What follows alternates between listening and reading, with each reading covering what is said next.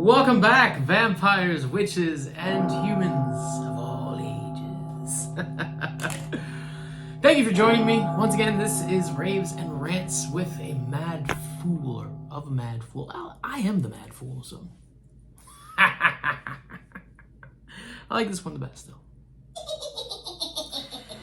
So we are at Interview with a Vampire, episode 2. ... or as they like to call it, ellipsis, I believe they call it. After the phantoms of your former self run. Yeah, that's it. 53 minutes of runtime. We've got no new news. No new news to talk about. There's no news. There's nothing new. Running down the 3 scenes, my favorites. Keep in mind this particular episode just goes right from episode 1 into episode 2. Interestingly enough, originally the whole series was supposed to be 8 episodes. They cut it down to 7. If you look at the runtime on 1, I think, they kind of made a decision to go with the 7. But honestly, with the runtimes, it could be 8, it could be 7. So this is officially number 2, and my favorite 3 scenes. So we'll go with the the first one is walking through Storyville. And we're gonna go into it, of course, but the fact that now you've got this set, that they actually built this set, ladies, gentlemen, dreamers of all ages, vampires, witches, thank you for joining me. By the way, hit that subscribe, like, give it that thumbs up, maybe comment. But going right into it, this goes from the last episode into what's now happened. It's talking really about that loaded scene is when they're walking through Storyville. And for the first time, Louis's eyes are open, right? The new vampire eyes. And he can see so much more that he couldn't see before as a human. And there's a great little line. I'll go to the line later, but I love the line, I gotta say. We've got, of course, the singer. When the singer is being drained, I thought that was a very interesting scene for so many reasons. Then not only how the singer, let's say, was killed or eaten, basically died while they fed on him. I got some thoughts about that as well. But I do really love the last scene. Eric Bogosian starts talking about his first wife. Now, I've seen every episode. By the way, again, guys, girls, dreamers of all ages, vampires, witches, my reviews have spoilers. I try to do an in-depth type of review. Really, I talk about the things that interest me. Hopefully, they interest you. I love the storytelling. I love the acting. And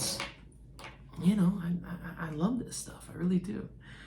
But we're going to get right into it. So Eric Bogosian starts talking, basically we see a scene where he's looking at a painting. And he's looking at, by the way, again, spoilers, watch the show before coming to my channel. But he's looking at a painting, and it says Marius de Romanus. Now, most people, of course, who are Anne Rice fans know who that is. And I'm wondering, was this actual him watching it or just staring at the painting and then talking to Rashid?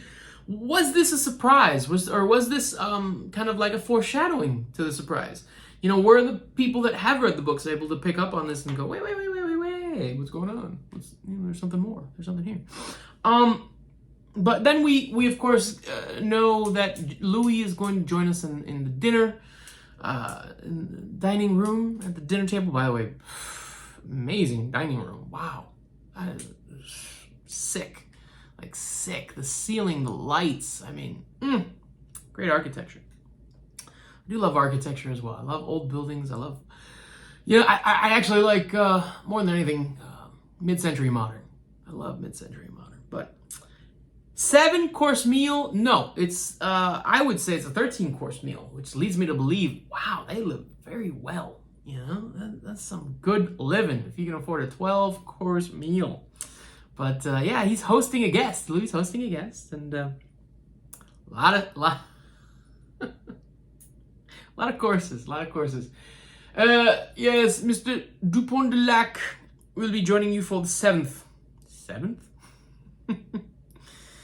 But, he mentioned something, and I went back on episode 1, and I was trying to decipher, because he mentions the fact that, I'm sorry for my outbursts, and then we get the memory is a monster comment from Molloy.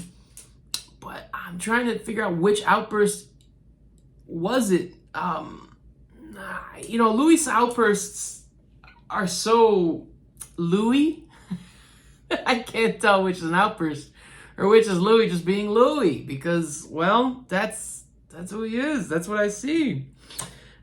We go ahead and Molloy asks about the priesticide. Great little word. A lot of people would be like, oh my Lord, no, they killed priests. Yes. It's a fantasy tale, people. It's TV. Let's not, get anything in a bunch.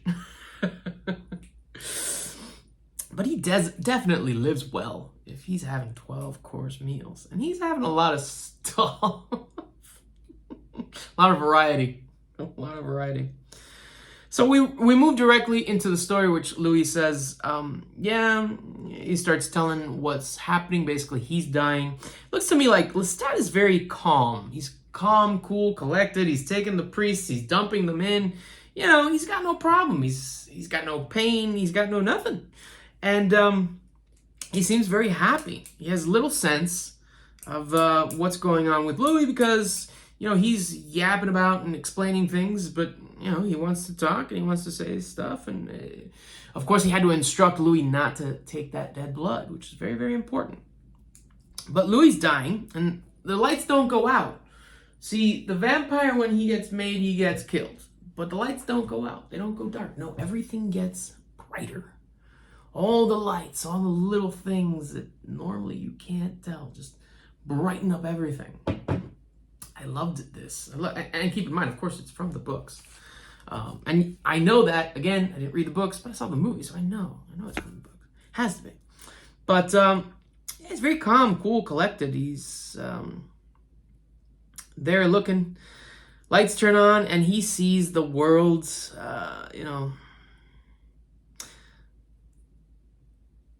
We go, of course, to one of my favorite things is Louis trying to explain exactly what was happening. The fact that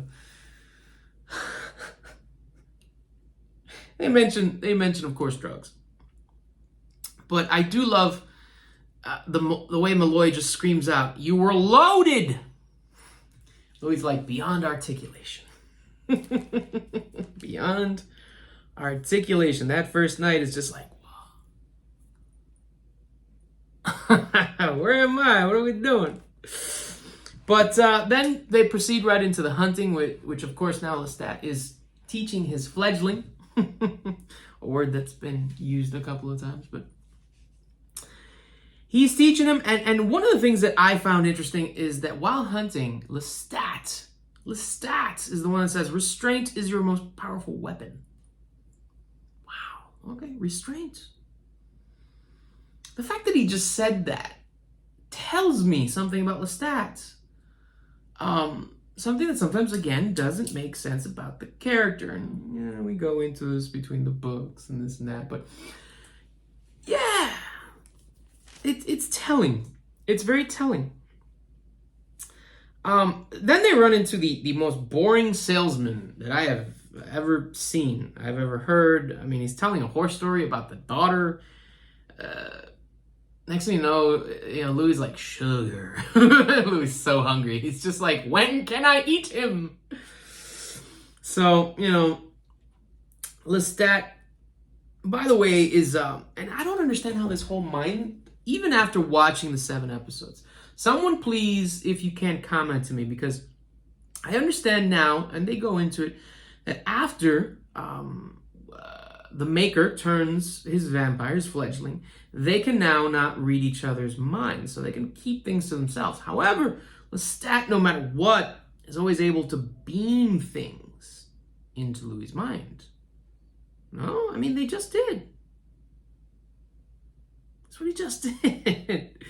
I found that interesting. Someone please explain that to me. I'm going to take it as Lestat can still beam stuff into somebody's head, but he still can't read Louis' mind. That's how I took it, but, you know, I want to see if there's anything else that I'm missing, anything else that they talk about, anything else that you, vampires, witches, humans, know that I don't know. So fill me in.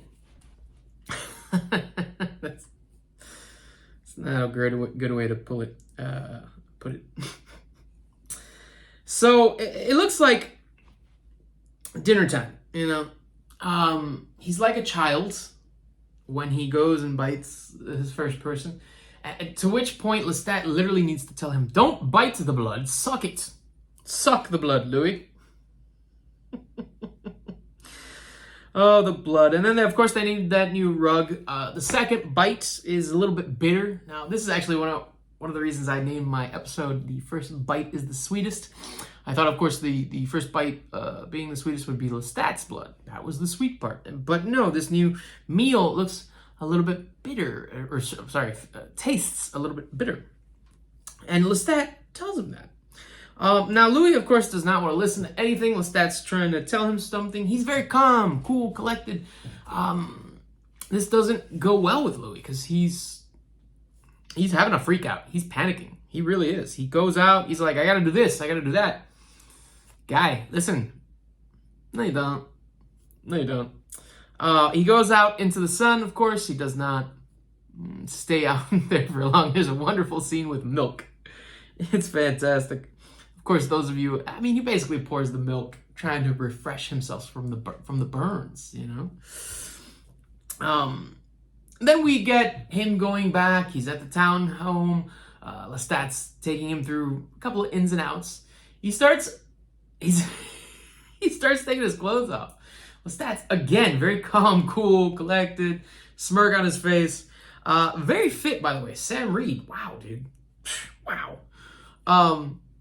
Have a rest, dear. You can be on top. That was just funny.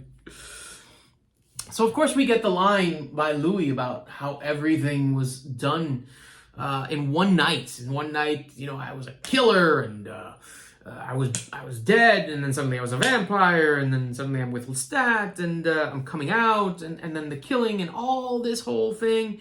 And, it, you know, to Lestat, it's very normal. Of course, it's very normal to him. He's been a vampire for about 100 and some odd years. Guy!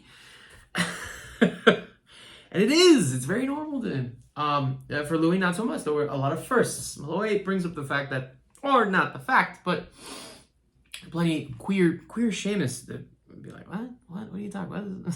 What's coming out have to do this? But it was in it of itself, because the first time he did this with Lestat, when he was with Lestat, that first night when Lily was there, and then suddenly, you know, go to sleep, fair lady. That, after he did it, after what happened, he couldn't go back. And also led us to the scene back in episode 1 of him confessing to the priest. So I guess, yes, you can't really conflate that, because now that he's accepted, I'm with this person, yes, he's accepting his sexuality, which before he had never done. Now, keep in mind, Louis not very good at accepting things. I'm just going to say this right now. Louis not very good at accepting things. Granted, the way that they've now done this character, because they've made him African-American, I think they've added such a layer of depth to where we can now, because honestly, in the movie, I sometimes thought, Louis, why are you being a little scaredy cat? Why can't you do this? Why can't you do that? You know, that's what I thought. But given now the depth and the history, you're able to understand a little bit more about, or imagine even, about what he's carrying, or what he has been carrying his whole life. And this actual episode goes into that, because I love the line. Take a black man in America, make him a vampire. And actually, by the way, that line might be in episode 2, but yeah. I still love it. So there's challenges, there's rewards. You know, right now, when Louis was saying some stuff to Molloy, it sounded like someone was talking through Louis. I don't know why. I don't know what that means. Maybe it was just a bad observation by I don't know. I thought Molloy had some good questioning. I thought that was an interesting line about the consonants.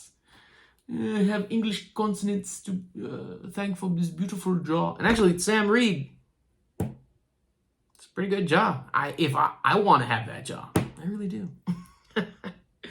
Lestat's good with people. He really is. They meet the dude who basically runs Louis' houses. And I thought Lestat killed that guy in episode 1. Apparently he just like broke his shoulder or something. So they start talking, of course, about the mind reading. And here's where I have the questions. By the way, ladies, gentlemen, vampires, witches, I'm wearing my hair down as if to kind of emote the whole vampire Anne Rice motif. Yes, I'm just gonna wear it like that. But when it comes down to it, Lestat says, listen, humans are very simple. Yeah, I can mind read. I do it sometimes. I don't know when I'm doing it. You know, Louis like, come on, really? No way. But Lestat boils it down to, there are 3 things that human beings think about. I want food, I want sex, and I want to go home. I can't comment on that. I mean, you know, there's a lot of things that animals themselves think about. And there's some of them in there. So I love it when they're reading all of the people. There's this one woman walking down the street, and her comment, by the way, is, it's not cheating if it's with a woman. I can't get pregnant. So that woman had some relations with said woman. We don't know said woman, but that was very interesting. Then, of course, we chase after phantoms of your former self. Because he wants to maintain ties. You know, Lestat is okay with him separating from the family because, well, it might be a good idea. You know, his mother's, to begin with, very judgmental. Lestat's already gone through most of this stuff. I feel like no matter what, Louis just doesn't want to listen. Even to the person who is older than he is. Now, I'm not saying Lestat is wiser. That's not true, of course. But there's some things you could learn. Yeah, there's some things you could learn. You know, just listen, I would say. But, you know, after Paul's death, Mama Dulac, Radon Chong. I love Radon Chong. I've been, again, watching Radon Chong since Commando with Arnold Schwarzenegger. I love Radon. Such a gorgeous, beautiful woman. Even her old age. I've said it before, I'll say it again. I love her. She's amazing. But you could tell that Mama Dulac is unhappy. Louis is reading her mind. He can tell, of course, that she has a problem with him, and men like him. It's heartbreaking. It's very heartbreaking. Because now, Louis is unfortunately with his mother. He's forced to face the fact that, you know, he can read that mind. He can tell exactly what's going on, and he gets confirmation to his worst fears. It's detrimental. Which I go back to, you know, thinking, well, was Lestat right? Yeah, he might have been, dude. He might have been, you know. I don't know what to tell you.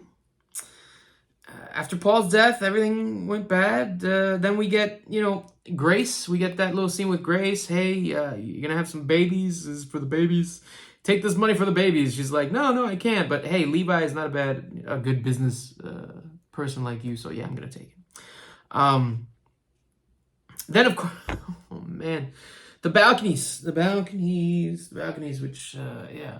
We get this gentleman who apparently is a lawyer. Now, back in the day, this would probably be okay. This is not right to treat any person like this. You know, you don't go and say, you've got a mind up there, boy. You know, come on. You know, that's the biggest thing. Oddly enough, I actually, somewhere in my mind, I think this character did actually like Louis. He did. He was giving him compliments. He was surprised. He, of course, still thinks of him as an exceptional Negro. And in Louis, you know, that's what Louis grown up with. He takes very much offense to that. And it's just like, this man, it was unfortunate for him that he chose this moment for some foolery, I will say. He used another word. But, yeah, he takes him down. Next thing you know, he's got a body. He goes back. They burn it in the incinerator. They have a little conversation. You know, Lestat still doesn't understand what it is to be African-American in America. And, of course, no, he wouldn't. He has grown up in Europe. In Europe, they didn't have those issues, okay? And they had other issues, but they didn't have those issues.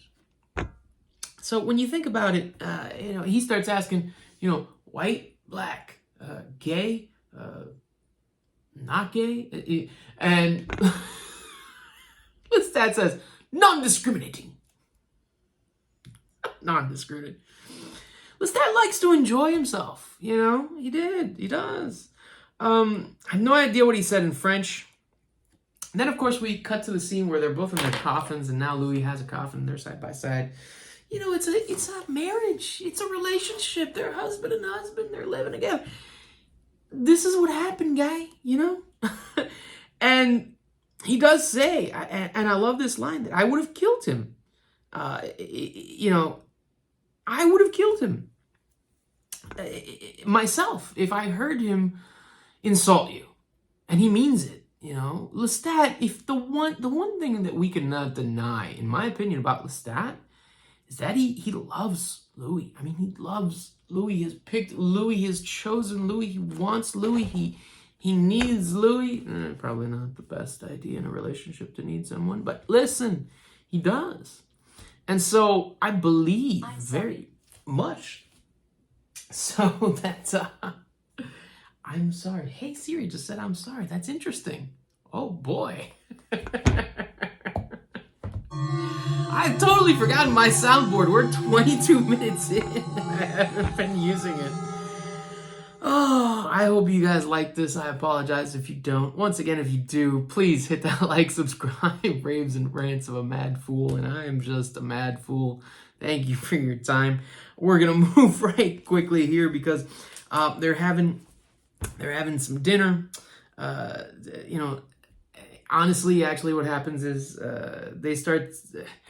Louis asks, "Hey, I want to buy the fair play." Lestat goes ahead and does it. And so he finances it, right?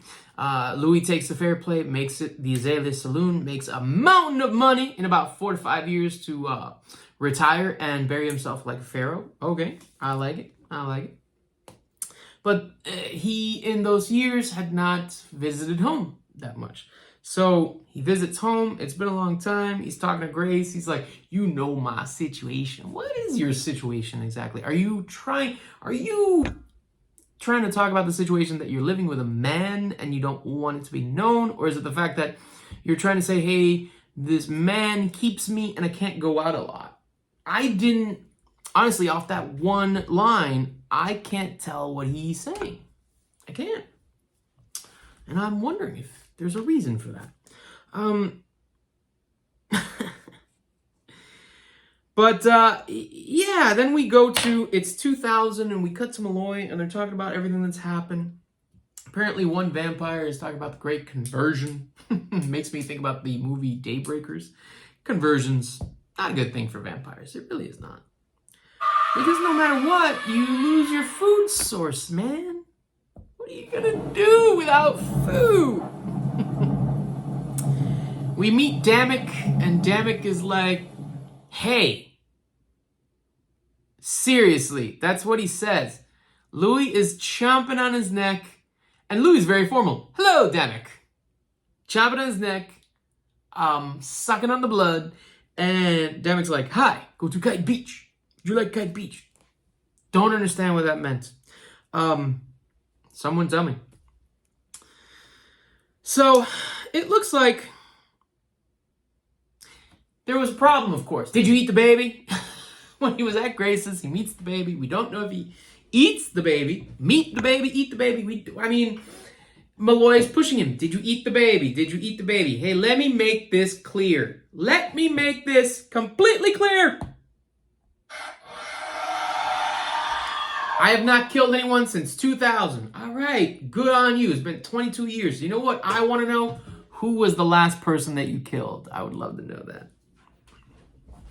So, yeah. He goes home and look, this hair. Is this what vampires contend with? He goes home and Lestat is trying to cheer him up. He also asks, hey, you've been skipping meals. And Louis doesn't want to eat the blood. And Lestat's trying to tell him, listen, if you did, maybe you wouldn't have these problems. Maybe you wouldn't have these urges. Maybe you would be able to visit your family. I mean, he's there taking care of him. He's there at his side, right? And then suddenly he goes off and he starts mentioning the opera and all this stuff. He had this planned. And you can tell he had this plan because he had tuxedos made. It's not like he came up with this in the blink of an eye. So Louis is there like, oh, Lestat, I almost killed my family and I almost ate the baby. And I get that. But I had this planned and I want to be romantic and let's go out. Let's have dinner. Let's have a meal. Is what they really do. But they of course go to the opera. And we get to see how exactly it is that they do walk around. They have to keep the relationship secret. So Louis acting as his valet. Right after the lights come down, turn off, and the curtain goes up. Louis sits down, and then they have a nice night, right? But that's how they have to do it because again, we're still in America, and.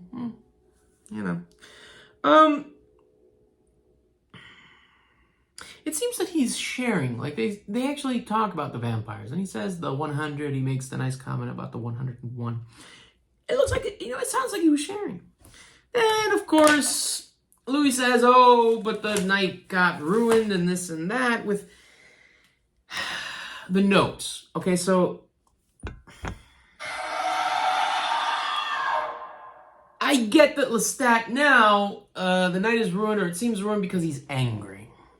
I get that, right? He now has a grudge with this singer.